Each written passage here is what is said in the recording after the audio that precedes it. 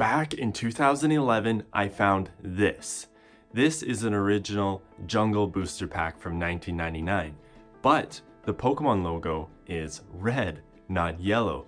The seller claimed that it was a misprint, an error from the factory, and I thought it was cool, so I paid the asking price of 20 bucks. But now, over a decade later, we know that it's not a misprint at all. That red logo is intentional.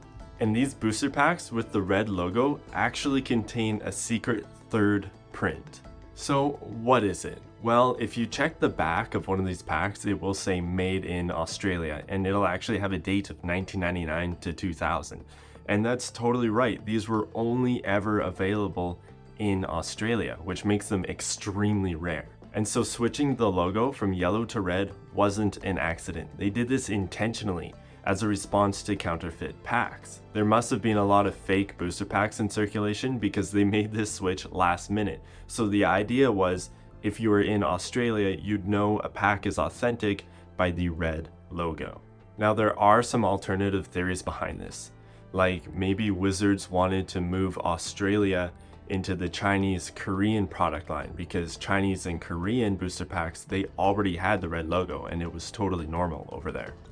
But the counterfeit response is widely accepted as the correct reason behind the logo switch. And so the red logo wasn't only applied to the Jungle booster packs, but also Fossil booster packs. And it's only the English booster packs in Australia that got these red logos. And it wasn't just the booster packs with the red logo. The booster boxes that they came in also had the red logo, as well as some theme decks and some other non-TCG Pokemon franchise stuff. So the next logical question is, are the cards inside of these red logo packs special in any way? And the answer is yes. So let's start with the Jungle packs. Now it would appear that the cards inside of the red logo Jungle packs are the exact same as the unlimited print. They look the same after all, but there is a difference. They are slightly glossier and they feel a little bit different. That's because they're printed on a different kind of cardstock. Now, this might make me sound like a crazy person, but I promise you this is well documented and it's now common knowledge. But this does leave us with the question, why? Why are these cards the same but printed on different cardstock?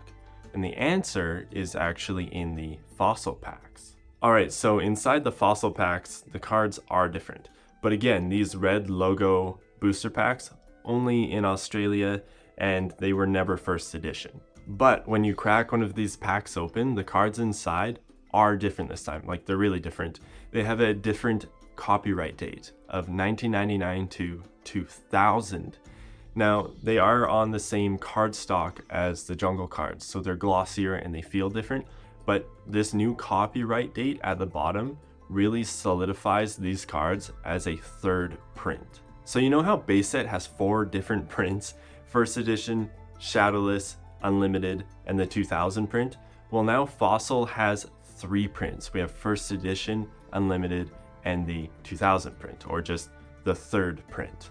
And these are extremely rare and sought after because you can only get the third print cards from these red logo booster packs, which are extremely rare. Now, as you can imagine, completing the third print set is a huge feat because the cards are so hard to find. But there is some good news. Depending on how you look at it, the holo foils from these packs, they didn't actually get that 2000 copyright date on them. So for the third print of Fossil, it's only the non-holo cards that have this 2000 copyright. Now there is one small exception to this. You can find the holo foil Zapdos with the 2000 copyright date on it, but that's because it came from the Tempest or Thunderstorm theme deck. And by the way, it has a Cosmos holofoil pattern on it, so it doesn't really fit in with the rest of the Fossil holofoils. Oh, and if you're checking your collection right now to see if you have any of these 2000 copyright Fossil cards, you might find 4 copies of Zubat or like 2 copies of Golduck, and that's because they came from the theme decks. So these theme decks had the 2000 copyright, and that's why you might be finding these weird doubles or quadruples. Okay, before we move on, I want to summarize what I just said. Unlimited, meaning non-first edition jungle and fossil booster packs from Australia have a red Pokemon logo on them. The cards inside the packs are printed on a different, glossier cardstock than the North American cards. Both jungle and fossil had a third print, but only the non-holofoil fossil cards have the new copyright date on them. None of the jungle cards have the copyright. So there are still a lot of curiosities surrounding these red logo packs. And the biggest question is why? Why did they switch the logo to red? Now, the whole counterfeit measure theory is most likely the correct theory, but until we get a real official statement, it has to remain anecdotal.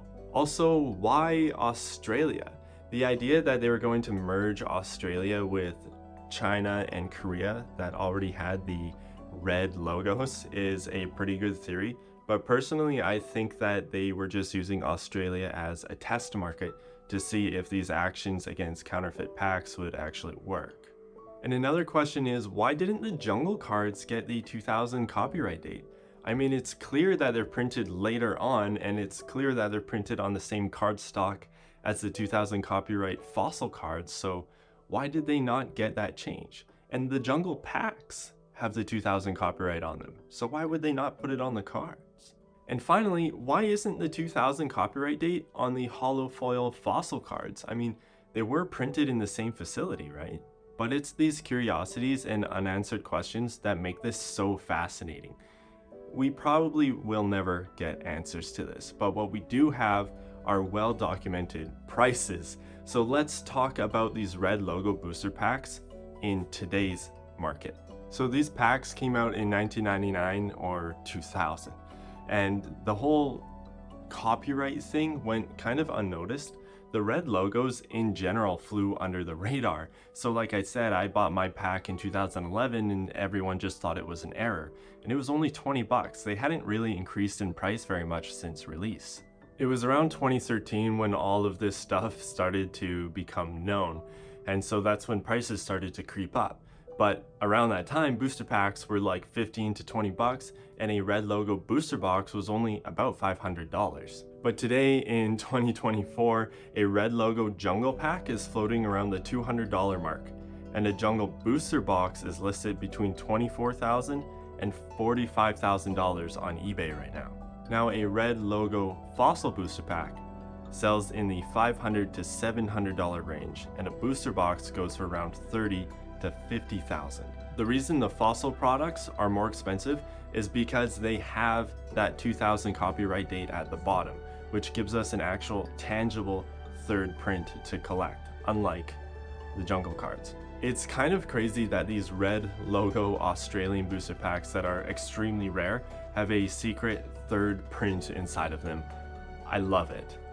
Thank you so much for watching.